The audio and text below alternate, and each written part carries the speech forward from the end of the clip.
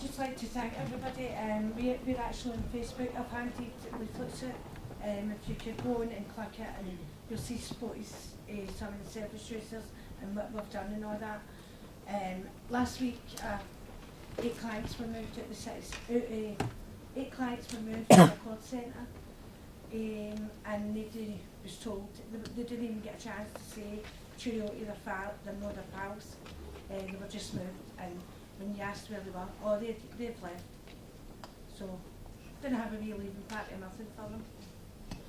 And I say shame on Glasgow City Council. And thanks everybody.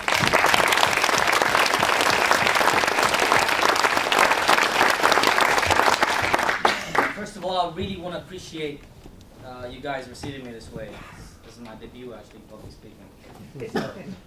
Now, I mean, 3 points that were made, especially the one by Paul. I don't know if he's still here. I mean, yeah. What direction to the revolution? That's the first one. And the political upheavals having a domino effect. Someone saying something along the lines of that. And what about America? Can it intervene? I think someone over there said something about that. We need to remember something very important right now. Why isn't America intervening? It's waiting for the right time to. They're going to get in there, evidently. But this domino effect that we're feeling in the Arab world, the revolution is going to go everywhere. It's going to spread, and it's going to end up consuming everything. And there is where the imperialist countries will come in to fill the vacuum, to promote their agendas, to influence these countries, to actually have a neo-colonialism in the region. And our duty as individuals who have a voice and who are savvy, who know some things about politics, is to say no to this. Leave these people alone. Enough of the imperialism. Hate breeds hate. The more you guys, the more these empires intervene in these countries, more spillover effects are we going to have on terrorism and ignorance and all that. So I think the message to all of us who should be learning about the revolution is not inspire about, oh my God, these guys did a huge job. It's actually what is going to happen after the revolution. Here is when we have to say, leave these people alone. They need to figure it out by themselves. Thank you, guys. What I'll say to this meeting tonight is that I think every one of us has to take this personally, what is happening. You have to feel these cuts, and I think it's really important. Today, I was told that my children's centre, they are cutting childcare for mothers who want to come and have a private discussion about domestic violence. Right, just think about that for a second. If you've got a 2-, 3-year-old, you do not want to have them in the same room as you discussing what has been going on in your home. The right to be able to have a one-to-one conversation like that has been taken away. It's a tiny thing, but it was angry. It made me angry. And I think all of us have to feel angry about every one of these things. And we have to feel the anger about what's going on in this society, and there is the money for war. There is the money for the aircraft carriers. There's the money for everything when it comes, as we know. The second thing I think we have to turn around and say is that, yes, I'm in favour of unity, and I think we have to talk about left unity, but the real question is that's going to come from the resistance. And the resistance will come whether the left gets its act together or not. What we have to hope for is in the process that we can win the argument, the left has to be an integral part of that resistance. Right? And that is the way we will go. But also, I think, I'm going to say something else. It is not just simply the people I've got an ideological affinity with who I regard as my allies in the fight.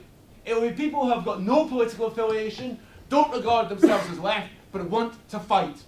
That's the starting point. And we have to put ourselves alongside them and begin to hope they begin to recognise in us. The third thing is we have to build a left which people can recognise themselves. There cannot be a pace table between us and them. There has to be a left that they think looks like them, feels like them, is angry with them, and is a part of that. A left which is an integral part of this movement and has earned the right to talk by walking the walk.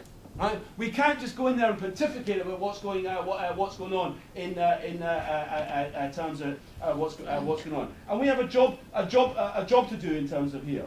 And that means, I'm going to say this, if you like the cut of this meeting tonight, leave your contact details. We're going to have more of these discussions, and we want to have serious discussions. We want to continue a debate. I don't quite think I said I was weeping tears over Labour's defeat in Scotland or Ian Gray's defeat, so maybe someone should listen to what I said, because it's not what I said, right? But let's have a debate about it. But for instance, I am in favour of working with the 50,000 people who've joined the Labour Party since the last election, because they joined to kick the Tories out. It's not the way I do it, but that's how they think it. I'm in favour of working with them, because I'm in favour of having a debate with them and putting them in the room as them. I'm in favour of being with Len McCluskey, and I'm in favour of putting him in front of as many Unite members as possible in trade unions and having a discussion about it. Did he mean what he said when he talks about coordinated strike action? You know, we can't just dismiss people because we cannot afford to be in a minority, and a small minority, in a situation like this. We've got to work with the majority and be realistic about it. And I'm in favour of working with people, being honest about what the SNP does, but also with people in the SNP who think it's a radical force. And explain to them it's not a radical force, actually, and it is going to implement the cuts and austerity down the road. And I'm going to end this. Why should you be interested in a group like the ISG Scotland? Well, I think it's a very simple thing, and I'm going to emphasise saying this. You cannot be anti-cuts and pro-war. And we cannot build a movement which is anti-cuts and pro-war. We have to build an anti-cuts movement in which we win the argument about why it's wrong to intervene in Libya. Right? And we can't duck that argument, because down the road, there cannot be, down the road, you know, an argument over this, because the two things go together. And you can't have an anti-war movement which ducks the question of the cuts. The anti-war movement has to take on the question of the cuts the way I think we tried to do it tonight. And the two are the key issues in our society now, isn't it? Once again, Britain is waging an imperialist war over the skies of Libya. At the same time, we have austerity and cuts at home. We have to build resistance to both of these and bring them together.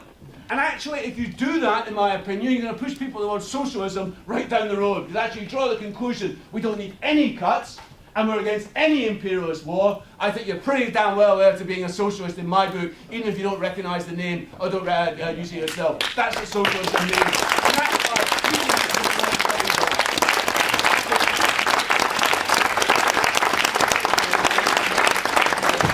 thank you everyone for coming tonight. Thank you for coming to the meeting. As Chris said, please leave your details. I would encourage anyone to join the International Socialist Group.